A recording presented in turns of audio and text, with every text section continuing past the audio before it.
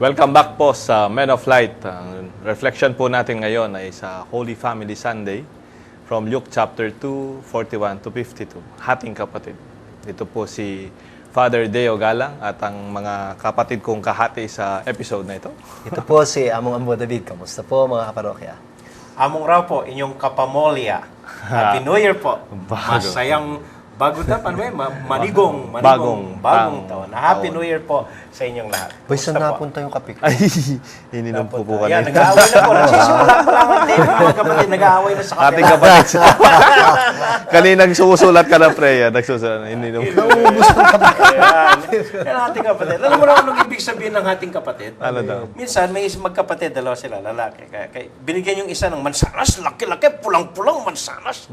Sabi, may mansanas ako. Sabi niya doon sa kapatid niya, kanyang bigyan. Nakita ng nanay. Sabi ng nanay, "Hoy, bigyan mo yung kapatid mo. Hating kapatid." Yeah, hating kapatid. Nay, ano pong ibig sabihin ng hating kapatid? Hating kapatid, ibig sabihin, hatiin mo ng dalawa yung mansanas, hindi pantay. Yung isa malaki, yung isa maliit. Oh. Tapos yung mas malaki, ibigay mo sa kapatid mong humihingi sa'yo. Okay. Okay. Tinignan yung mansanas siya, no? Pulang-pula, laki-laki. Tapos sabi niya sa kapatid niya, sige, sa'yo na lahat. Hati mo ko, hating kapatid. Okay. Akala ko yung hating kapatid. Mas malagi ka niya. Akala ko yung hating kapatid. Ikaw ang hahati, siya ang pipili. Para ganun din. Ay, hindi. Ano lang yan? That's a charitable way. A real Christian way. You leave nothing, give it. Talaga. Pero sa hati give mo. the bigger part. Mas Pero matindi di ba, siya. maganda yung siya yung pipili. Oo. Kasi kahit yung pipili, may hiya siyang pipiliin yung malaki. Oh, ganda yan. Pero naubos ko yung kape. Pero ako naman malamig na kapatid. Alam niyo po, gusto nating makita itong konteksto ng hating kapatid sa mismong pamilya kung saan nag-uumpisa ang ating pag-unawa sa pagmamahal sa Diyos at sa kapwa. Ngayon po, kanina nga nagmamaneo si Bishop Ambo papunta dito, nakwento ko sa sasakyan sa kanya. Bishop, sabi ko, parang everything is delegated or subcontracted, even the basic functions of the family. Like, pag may sakit, hospital. Oo. Pagtuturo, eskwelahan. Eskwelahan. Pagdarasal, simbahan. Simbahan. Siguro, kung tignan, entertainment, saya, sa mall, television, industry ng show business. Showbiz, so. You can mention more of these things, no? Pati panganganak ngayon. Sa test tube. Hindi naman, pero Pero totoo, dati sa bahay Totoo yan. lang. Sa bahay lang natin. nourishment, sa mga fast food. Alam mo ba lahat kami sinilang sa bahay? Talaga? 13. Wow. Oo. Totoo. Walang sinilang sa ospital sa amin. Totoo. I understand. Oo, ngayon. Pero kung tignan, Alam mo na hindi. pero kung titignan, Pinapagin mo kanina Papayaman while he sa- was driving and talking about sa bahay, family, ano. Di ba sa mga sasakyan, merong ngayon yung mga lalo na sa mga public transport, yung how's my driving? Please text LT FVRB, ganyan. No? How's my driving? Kanina umaga may sinusundan akong jeep. Meron siyang, yung mga pampasadang jeep, meron siyang how's my driving? Tapos? No? H-O-U-S-E. My driving? house talaga. Okay, talaga. How's my driving? Text my wife. Pero totoo yan. Totoo yan. The house is, what we should be driving it. We just don't let it alone or let the Let kids others do drive it for it. you. No? Or let Kaya unprepared nga, youth drive it. sabi nga natin, para bang all these basic values or even institutions, nag-umpisa lahat yan sa pamilya. Oo. Yeah. Like, pag may sakit ka, ngayon, talagad na kagad na sa ospital, sa Minsan doktor. nga, simpleng lagnat lang, bakit kailangan post-hospital? Even our sense Diba? of social security. Di ba our parents knew how to nurture us Yeah. back to health? Natandaan niyo na maliit tayo. Napuwing ka. Napuwing ka sa mata. Yung tatapusan na, umiyak ka. Sabi nga, tapos wala na. Tapos wala na nga. O kaya nasugat ka, tumutugo. Gagawin lang na, o yan, wala na, laro na ulit, wala na. Tapos Si wala na Bishop, nga. Kaya yung lalagyan ng konting laway. si Bishop Ambo, madalas mapuwing nun. No? Hindi, malikot kasi. Hindi, malikot siya nung bata siya. Awan, mo. Anyway, para bang ngayon, kung titignan po ninyo, no, yung cooking, ay para na ngayon sa mga fast food na lang, yung pag-aaral, sa mga teachers na yan, and so on. And mga ano tawag dito, tutors, sila nang bahala sa mga bata. Pero if you look at all of this, if you put them together, that is family life. That's what makes family. That is makes family. Tawag nga ni Bishop Ambo, yung family rituals. Family rituals, yan lahat, di ba? Yeah. Kaya kung minsan po, dahil everything is already delegated to other more formal institutions of specialization, parang yung bahay, parang boarding house na lang. Yeah. Oo. Yung, hotel. pati yung pag-aaral ng mga maliit na bata, di ba? Noon tayo mag-aaral pag ganyan ka na, grade 1, kaya mo na. Pero lately, they are sent to the schools as early as possible. So, yun nga, takot, baka maiwan yung bata, competitive sa labas. Pero I just want to see from the very gospel itself, the formation of Jesus, I believe even started in the family. In the family, oo. Kung titignan ho natin, but how do we start? I would like to read from chapter 2 of Luke 41 to 42. Sabi, every year, Jesus' parents went to Jerusalem for the Passover, and when Jesus was 12 years old, they all went there for the usual celebration. Parang sinasabi, every year, for 12 years, no? Yeah. Yung, kaya pala si Jesus, nung paglaki niya, going to the temple, going to the synagogue, is not something new. Something very familiar. It is already very familiar. It is part of life. Yeah. Para bang sometimes you're expecting some special values from our children, but we never practice them anyway at Yeah. home. Aside from the temple, meron ding sinagoga sa kanilang probinsya. correct. Doon sa bayan ng Nazareth, meron silang sariling sinagoga. According to Luke chapter 4, pumunta din si Jesus noon. No? Tapos, part of their ritual also was to go as a family. Parang, ako natutuwa kapag ngayon may nakikita akong nagsisimba as family. Yes. Diba?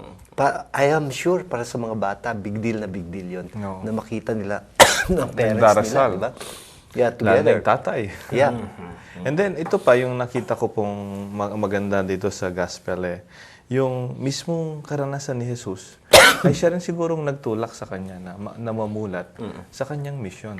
Pero, next point pa po yun Pero, ito pong expression natin, nakasanayan, nakaugalian, ito po lahat galing sa pamilya, di ba? Ba't masarap yung luto? Kaugalian namin Yeah. Nakasanayan ko, nung malilit kami, yung paglulutong yan, galing sa nanay ko yan, di ba? Oo nga, pati yung ritual nung paggawa nung lulutuin. Ako, naalala ko, ang nanay ko. Yung, nagsisimula lang yun doon sa katabi niya yung mga kapatid ko, tapos pinapanood siya, tapos paano gagawin, ganun. O kaya kumakain na kami, paano nyo ginawa ito, nay, ganun. Tapos nagiging familiar ka doon sa lasa. Alam mo kapag iba yung lasa. Alam mo kaagad kapag hindi niluto ni nanay. Yung ano yun. It's Ganon din part sa of the amin. ritual also. Kaya tuloy, ang Christmas, ang New Year, ang parang isang bagay na nilulook forward mo kasi alam mo yung kakainin. Pati nga yung menu, hindi nagbabago, di ba? The kind of food that we eat during Christmas, during New Year, Feels so paulit-ulit. Meron ding some ritual in it, di ba? Oo. I was just about to say kanina, kahit tayo yung buhay natin as priest, it started sa family. When we were little boys, naisama tayo ng nanay na sa simbahan, you may not understand anything, pero sa big deal, nakasama ka ng nanay na magsisimba. O kaya birthday mo, ang unang-unang gagawin. No? Ngayon, unang-unang gagawin, dadalhin sa mall Noon, pag birthday mo, isisimba ka, that's the first thing you do. Actually, Dadalhin ka sa simbahan. Last week may karanasan kami with isang pare, nagpa-first communion kami. Ang dami, first communion, no? Dalawa na kami pare, parang hindi matagal yung first communion mga bata. It's very beautiful ritual, very organized. The children are so excited. Makita mo, nung after yung elevation ng host, no? Tapos, communion song na, mga bata, gumaganon pa yung kita mo yung excitement ng kanilang And then sabi nung kasama kong pare after the mass, sana naman, no? Kaming dalawa na lang. Itong magandang napag-umpisan ng eskwelang ito ay tuloy sa bahay. Yes. Di ba? Walang kwenta lahat ito. Ang ginagawa natin sa eskwelahan. Kung hindi po ito tinutuloy o lalong it is further nourished and deepened in the family. That's right. Paano itutuloy sa bahay ko? Minsan simple questions like, ano sabi ni Father kanina sa Mass? Ganyan. Di ba tayo may assignment? Yeah. Kung minsan sa parokyano ko, yung mga bata ang nagre-remind sa mga parents, yung assignment ni Father, gagawin natin. Alam mo, that's how you continue the Mass in your homes. Yes.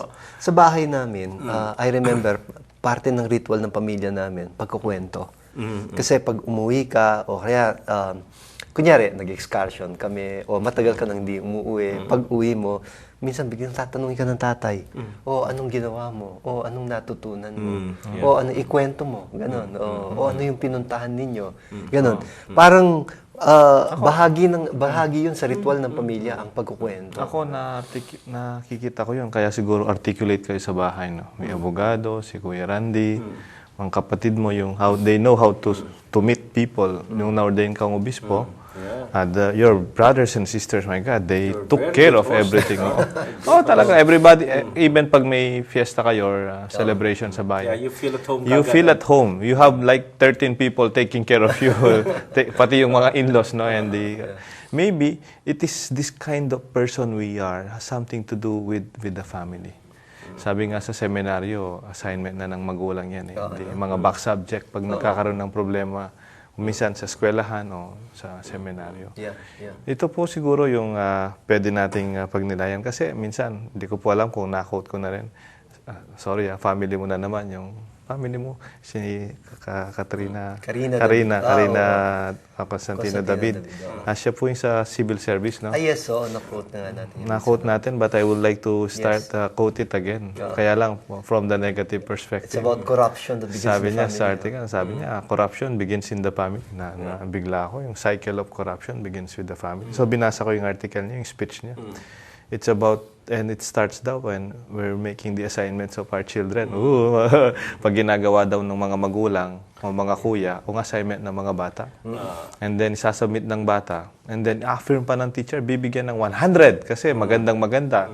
Kasi grade 1 lang, nag-drawing ng bahay na pang-architectural, may CAD pa.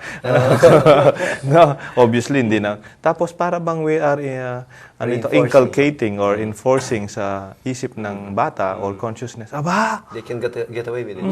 I can get high grades without working for it. Bibigyan pa ng mansanas yung teacher. I can get this pala and asking other people do it for me. And then, paglaki ng bata, yung assignment na nakabigay sa kanya, papasa niya sa iba. Anyway, sample lang po yan. Siguro you can ask yourself during this short moment of break, how about you in the family? What were the good values na na-train, nasanay, nakasanayan, nakaugalian ninyo sa inyong pamilya? At ito po sana ang ating ituro, matipasa sa ating mga anak at isanay for many years during their stay with you. Magbabalik po ang Men of Light.